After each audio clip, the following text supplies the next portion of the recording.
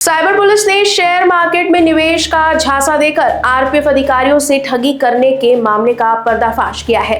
आरोपी अग्रवाल ने एक बैंक अधिकारी से मिलीभगत कर बिना अनुमति खातों से रकम ट्रांसफर कर अपने खातों में जमा की। जांच में मुंबई पुणे के कई आरपीएफ अधिकारियों से इसी तरह की धोखाधड़ी सामने आई है। उपयोग में लिया गया खाता फ्रीज कर दिया गया है, जबकि फरार बैंक अधिकारी की तलाश अभी भी जारी है।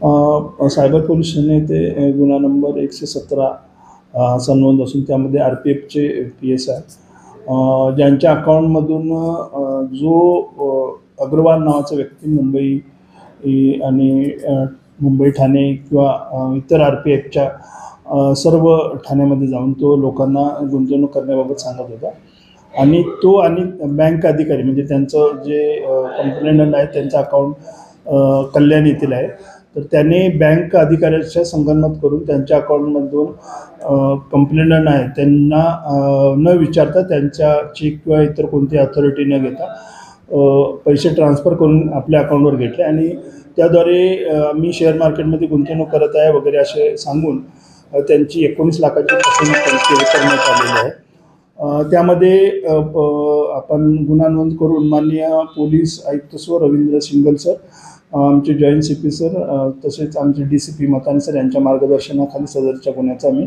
तपास करत आहोत। सदर गुन्ह्यामध्ये जो आरोपी आहे तो मुंबई आणि इतर ठिकाणी त्याने RPFच्या बऱ्याच अधिकाऱ्यांनी अंमलदारांच्या सोबत शेअर मार्केटमध्ये गुंतवणूक करतो अशा बहाण्याने रक्कम घेऊन फसवणूक केलेली आहे।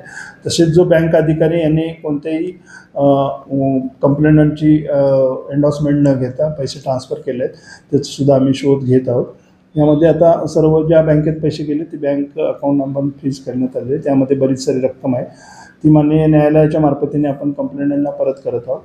आणि मी आपल्या मार्फतीने लोकांना हे आवाहन करू इच्छितो की कोणत्याही आपण जर समजा गुंतवणूक करत असाल तर सेबी रजिस्टर ज्या कंपन्या आहेत त्यांच्याकडेच आपण गुंतवणूक करा, ज्याच्यामुळे आपण फसवणूक होणार नाही। जी व्हॉट्सअपद्वारे लिंक येते किंवा इतर माध्यम सोशल मीडियाद्वारे जी लिंक शेअर मार्केटमध्ये गुंतवणूक करण्याबाबत आपल्याला सांगत असेल त्या लिंकमार्फत आपण गुंतवणूक न करता ज्या रजिस्टर कंपन्या आहेत त्यामध्ये गुंतवणूक करून आपण अपनी बचत ही योग्य प्रकारे वापरू शकाल। जय हिंद। लोकवाहिनी न्यूज के लिए विशाल बंबड़वार की रिपोर्ट।